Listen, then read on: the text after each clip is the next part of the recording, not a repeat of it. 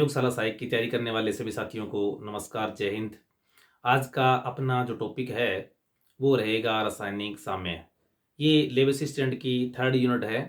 इसमें सबसे पहले देखते हैं रासायनिक साम्य की बात करते हैं, केमिकल इक्विलिब्रियम की बात करते हैं। तो केमिकल इक्विलिब्रियम से पहले हमें कुछ रासायनिक अभिक्रियाओं के बारे में पता होना चाहिए। हम जानते हैं कि रासायनिक अभिक्रियाएं हैं वो दो तरह की होती हैं।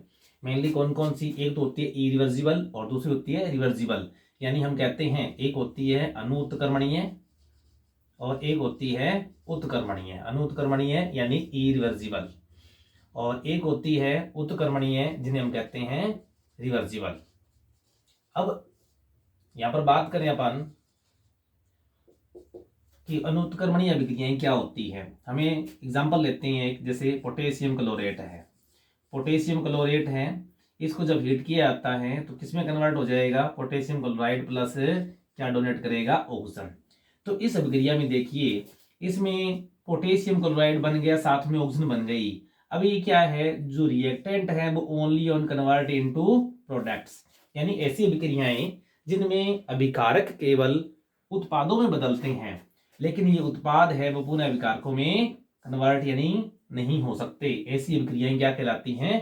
अनु उत्क्रमणीय अभिक्रियाएं कहलाती हैं। इस प्रकार की अभिक्रियाओं के अंदर हम देखें, जनरली एक होती है अमोनियम नाइट्राइट। अगर इसमें हीट किया जाता है तो क्या निकलती है? नाइट्रोजन गैस के साथ में वाटर मॉलिक्यूल रिलीज होता है। इसी प्रकार से और अब हम अभिक्रियाएं देखें, जैसे अक्षेपण अभिक्रियाएं होती हैं। अक्षेपण अभिक्रिया के अंदर हम बात करें कि सिल्वर नाइट्रेट है, इसकी अभिक्रिया किससे करवा दें? सोडियम क्लोराइड से करवा दें तो क्या बनेगा? सिल्वर क्लोराइड का क्या बनेगा? अक्षेप बनेगा और साथ में क्या बन जाएगा? सोडियम नाइट्राइट बन जाएगा। ऐसे ही कोई भी अभिक्रिया, जैसे उदासीनीकरण अभिक्रिया की हम बात कर लें, जैसे हम बात करें सोडियम हाइड्रोक्साइड है, इसकी रिएक्शन किससे करवा दें? H2SO4 से करवा दें तो क्या बनेगा? एक तो अपने पास में सोडियम सल्फेट बन जाएगा और साथ में क्या बनेगा? वाटर मॉलिक्यूल रिलीज हो जाएगा। यानी ऐसी अभिक्रियाएं जिनमें केवल रिएक्टेंट है वो केवल किस में कन्वर्ट होता है? प्रोडक्ट में कन्वर्ट होता है। ऐसी अभिक्रियाएं क्या कहलाती हैं? अनुत्क्रमणीय अभिक्रियाएं कहलाती हैं। अब बात करते हैं उत्क्रमणीय अभिक्रियाएं या रिवर्सिबल रिएक्शन की। तो ये क्या होती हैं? इन अभिक्रियाओं में क्या होता है? मान लें कि अपने पास कोई रिएक्टेंट है A प्लस बी, और आपस में क्या की इन्होंने? रिएक्शन की, और रिएक्शन के बाद में क्या बना? A B. सेम कंडीशन में ए बी है वो पुनः कन्वर्ट हो गया किसमें? ए प्लस बी में टूट गया। कंडीशन क्या है? यहाँ पर सेम है। तो ऐसी अभिक्रियाएं क्या कहलाती हैं? उत्क्रमणीय अभिक्रियाएं यानी रिवर्सिबल रिएक्शंस कहलाती हैं। अब रिवर्सिबल रिएक्शन का मेन जो कैरेक्टरिस्टिक्स है वो है केमिकल इक्विलिब्रियम यानी रासायनिक साम्य, यानी साम्य स्थापित होना। इस प्रकार की अभिक्रियाएं जो रिवर्सिबल रिएक्शंस हैं उनका मेन कैरेक्टरिस्टिक्स है। इस बात का ध्यान रखना है। अब बात करते हैं कि रासायनिक साम्य है क्या।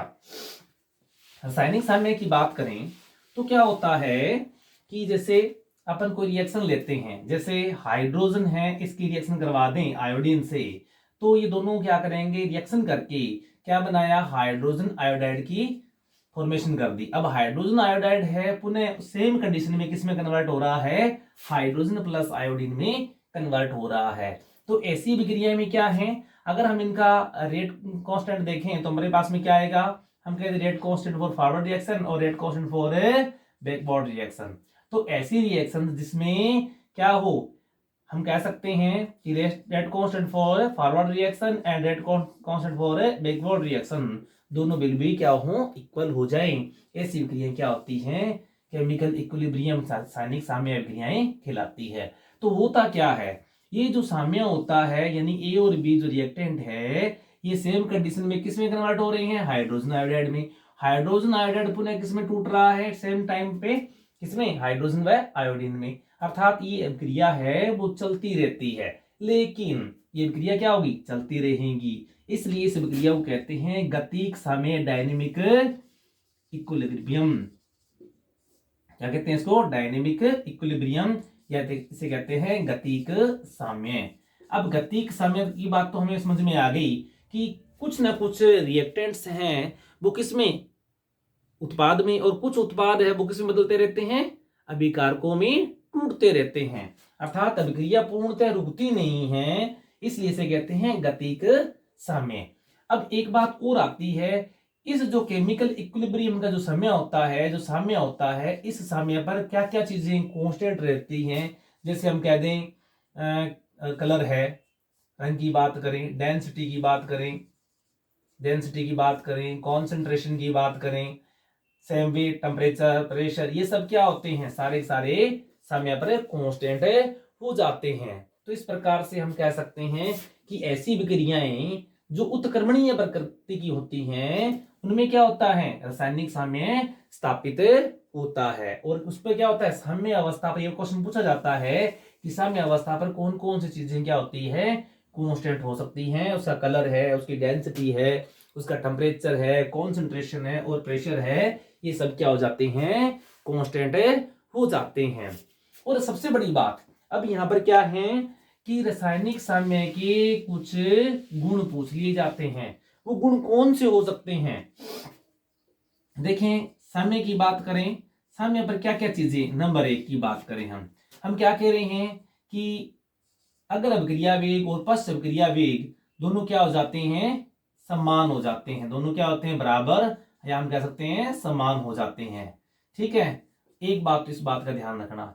दूसरी बात क्या कहता है, ये रासायनिक साम्य पर किसी भी कह सकते हैं जो कलर होता है वो डेंसिटी है, टेम्परेचर है, प्रेशर है, ठीक है, और कॉन्सेंट्रेशन है, इनमें चेंज नहीं होता है। ये क्या रहते हैं, ऑलवेज कांस्टेंट रहते हैं, जैसे हैं वैसे ही रहते हैं। और एक सबसे बड़ी बात है, और यहां पर सबसे बड़ी बात ध्यान रखना, ये जो क्वेश्चन है, डेल्टा जी की वैल्यू क्या होती है, 0 हो जाती है। इसमें किसी प्रकार का परिवर्तन नहीं होता है, जिसे हम क्या कहते हैं, मुक्त ऊर्जा परिवर्तन। मुक्त ऊर्जा परिवर्तन क्या होता है, 0 होता है। वैसे आप जानते होंगे डेल्टा जी इक्वल टू क्या होता है, delta H minus T delta S, ये समीकरण होती है, पता होगा आप लोगों को। फिर भी अपने पास हम क्या कहेंगे, डेल्टा जी इक्वल टू क्या रहता है, ऑलवेज 0 होता है, कोई चेंज नहीं होता है। और सबसे बड़ी बात क्या है, साम्य क्या होता है, ये डायनेमिक होता है। कौन सा साम्य होता है, डायनेमिक होता है, अर्थात कुछ अभिकारक है उत्पाद में और कुछ उत्पाद है अभिकारकों में, परस्पर क्या होते रहते हैं, बदलते रहते हैं। तो ये साम्य की क्या है, कैरेक्टरिस्टिक्स क्या है, पूछ दिए जाते हैं केमिकल इक्विलिब्रियम के अंदर। अब केमिकल इक्विलिब्रियम की जब बात करते हैं तो क्या होता है, केमिकल इक्विलिब्रियम की जब बात करते हैं, साम्य की जब बात करते हैं, तो साम्य में क्या है, दो तरह के साम्य देखते हैं। एक तो होता है भौतिक साम्य और एक होता है रासायनिक साम्य। अब भौतिक साम्य की बात करें, भौतिक साम्य, और एक क्या है, रासायनिक साम्य की बात करें। अब भौतिक साम्य की बात करें तो हम कह सकते हैं कि जिस साम्य पर भौतिक अवस्था परिवर्तन को शो किया जा रहा है, यानी कोई रिएक्शन हो रही है, उस समय क्या है, भौतिक अवस्था परिवर्तन को शो किया जा रहा है, तो उसे हम कहते हैं भौतिक साम्य। यदि हम क्या है, केमिकल चेंज को शो कर रहे हैं, तो उसे हम कहते हैं रासायनिक साम्य।